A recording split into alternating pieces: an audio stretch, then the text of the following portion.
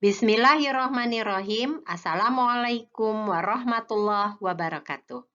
Kita akan membahas tentang laju reaksi. Pada pembahasan laju reaksi, kompetensi dasar pengetahuannya adalah diharapkan kalian dapat menjelaskan faktor-faktor yang memengaruhi laju reaksi dengan menggunakan teori tumbukan. Jadi, di sini ada beberapa indikator yang akan kita bahas atau kita diskusikan. Apa itu laju reaksi? Apa itu pengertian dari ungkapan laju reaksi? Bagaimana cara mengetahui atau menentukan faktor-faktor yang memengaruhi laju reaksi dan menggunakan teori tumbukan. Yang kedua, kompetensi dasar keterampilan. Diharapkan kalian dapat menyajikan hasil penelusuran informasi bagaimana cara-cara pengaturan dan penyimpanan bahan-bahan, baik itu bahan makanan atau non-makanan, untuk mencegah perubahan fisika dan kimia yang tak terkendali. Dalam hal ini, misalnya ketika terjadi pembusukan atau terjadi fermentasi. Jadi harapannya nanti kalian dapat menyajikan baik secara individu atau secara kelompok menentukan cara-cara pengaturan dan penyimpanan bahan makanan atau non-makanan. Yang pertama akan kita bahas adalah tentang konsep laju reaksi. Apa itu pengertian laju reaksi? Laju reaksi dinyatakan sebagai laju cepat atau lambatnya suatu proses berlangsung. Laju dihitung dari besarnya perubahan yang terjadi dalam satu satuan waktu. Apakah itu detik, menit, jam, hari, atau tahun. Di kimia, yang akan kita bahas lebih banyak dalam satu satuan detik atau sekon. Sementara arti dari reaksi kimia disebut sebagai proses perubahan suatu pereaksi atau reaktan menjadi hasil reaksi atau produk. Maka dapat dinyatakan secara keseluruhan, laju reaksi ini adalah cepat atau lambatnya suatu reaksi kimia berlangsung dalam satu satuan waktu.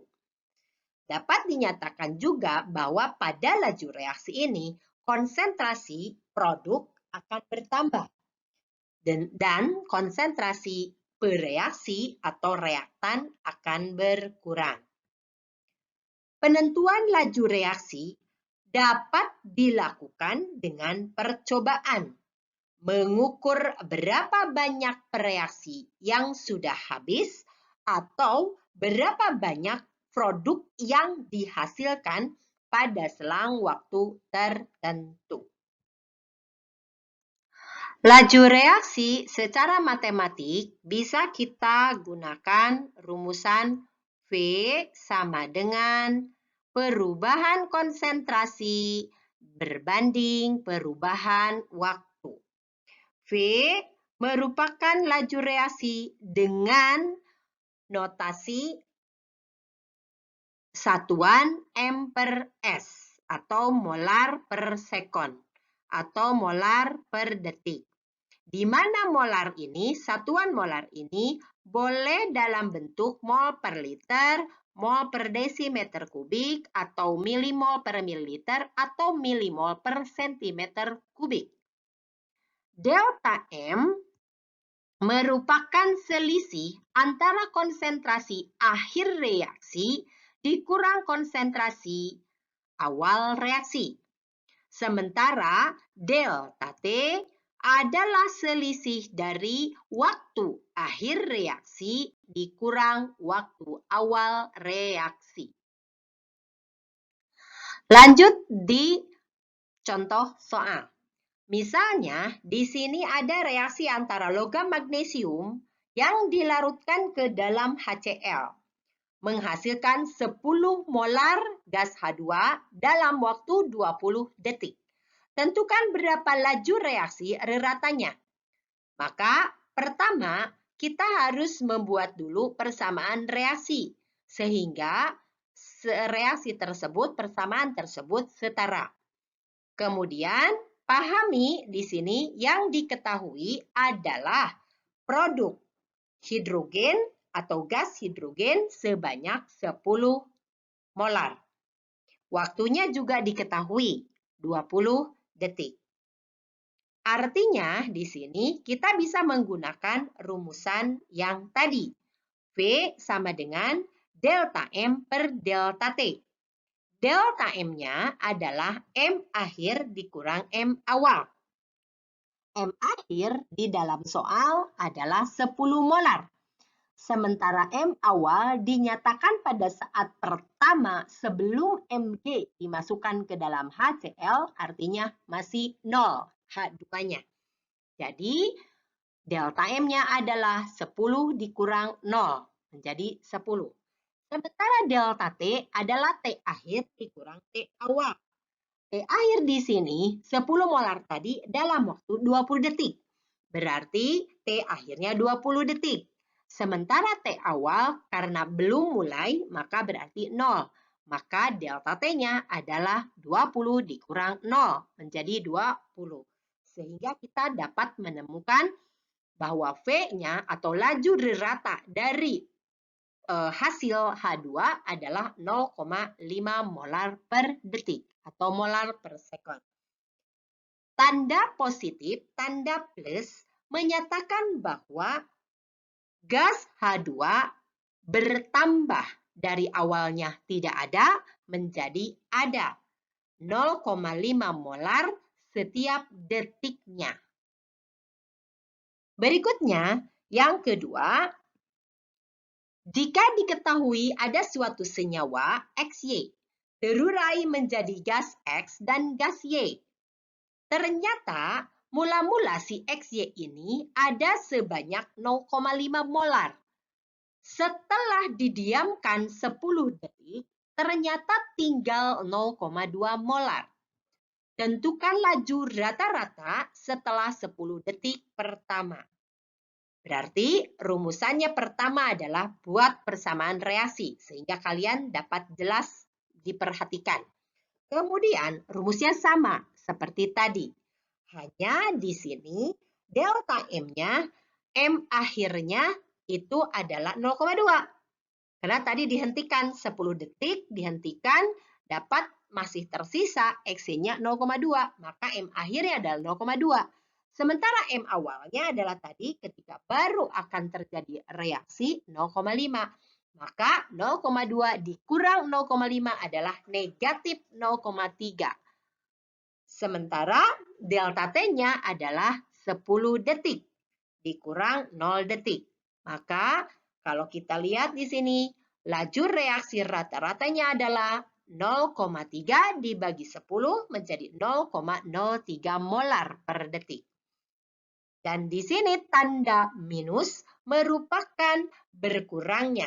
Istilahnya XY-nya berkurang setiap 0,03 molar per detik.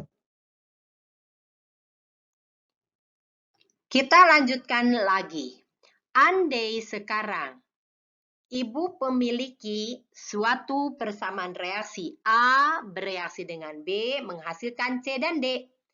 Dengan koefisien AP, koefisien BQ, koefisien CR, dan koefisien DS.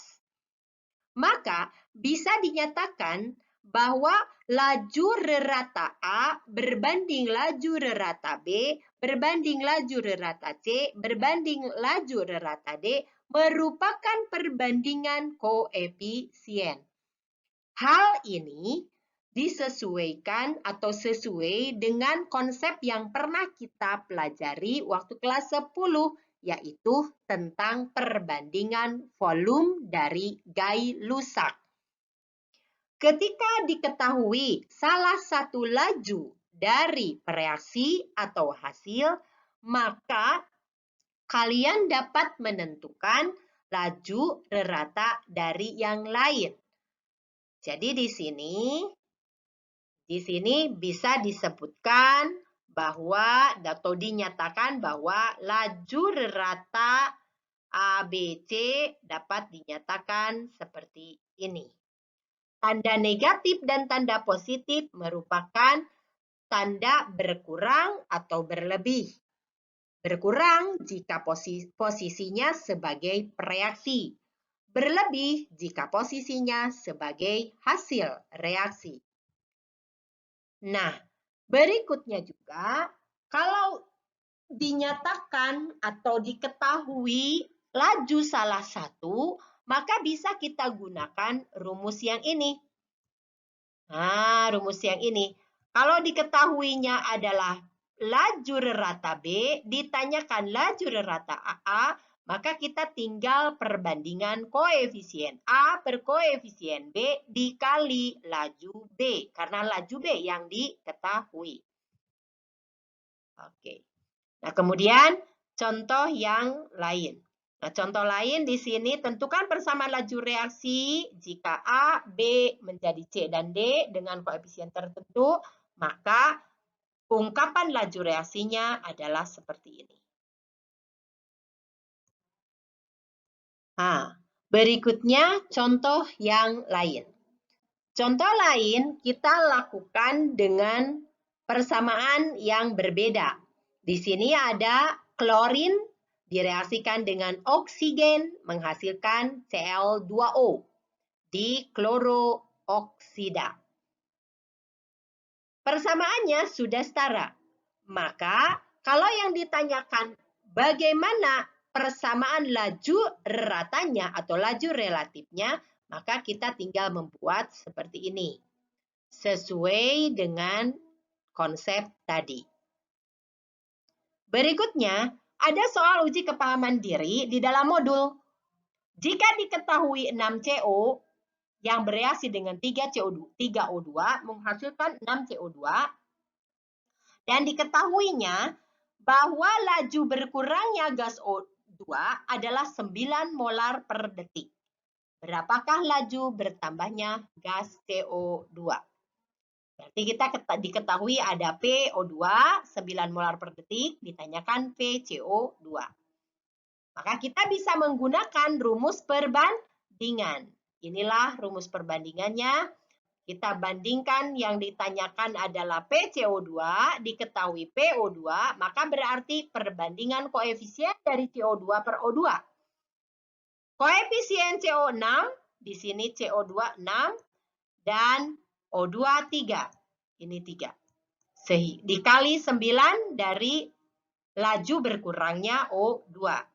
Maka 6 per 3, 2 kali 9, 18. Berarti bertambahnya laju CO2 adalah 18 molar per detik.